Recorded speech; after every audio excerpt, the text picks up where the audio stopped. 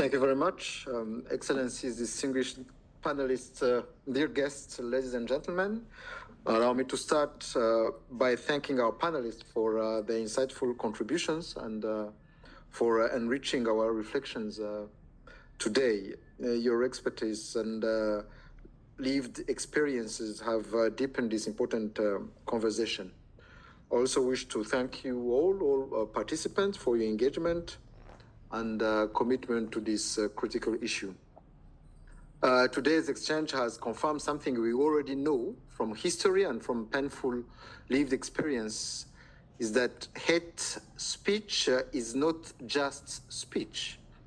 When it goes unchallenged, when it is normalized, when it is politically instrumentalized, it becomes an enabling factor for violence.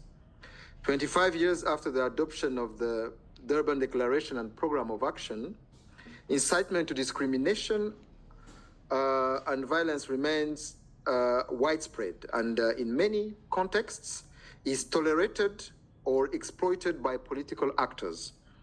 Despite the creation of this important declaration and normative framework, hate speech continues to resurface as a recurrent driver of instability and conflict. And this should alarm us all. The Great Lakes region offers a stark reminder. Genocidal ideology and hate speech did not disappear after 1994.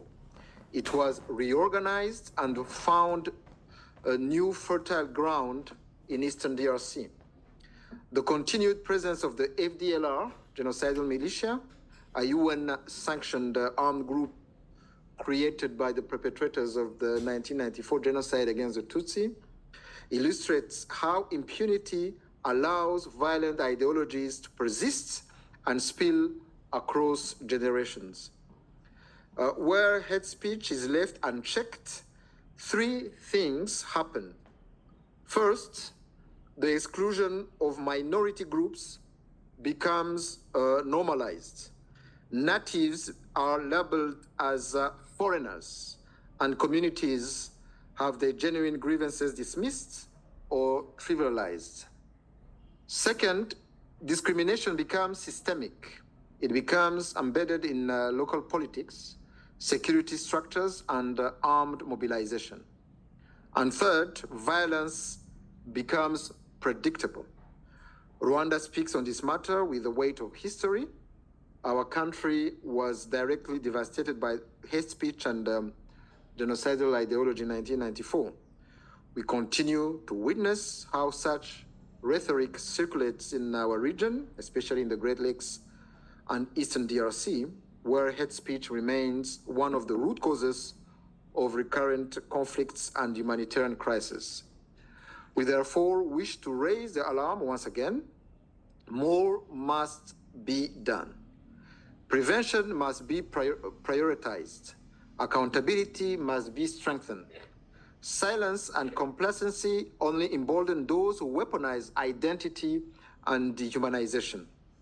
The question is not whether we recognize the warning signs, but whether we will act in time. In South Kivu, violence has already escalated alarmingly, with the Banyamulenge community in the high plateau of Minembwe facing systematic targeting and a humanitarian blockade based on ethnic basis. These developments are clear signs of an ongoing ethnic cleansing and constitute material evidence of crimes against humanity.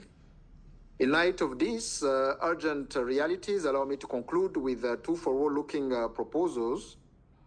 First, we encourage the establishment of an informal, cross-regional group of friends on combating hate speech and impunity, open to interested member states and partners.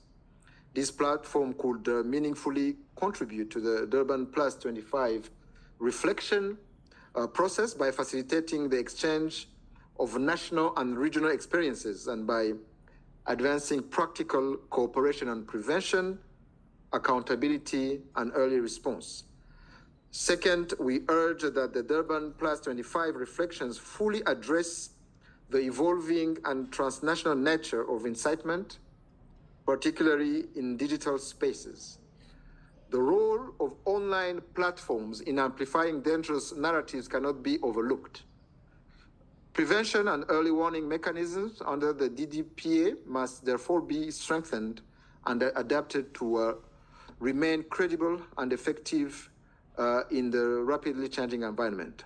Rwanda stands ready to work with member states, UN mechanism, and civil society to translate these commitments into concrete action. I thank you.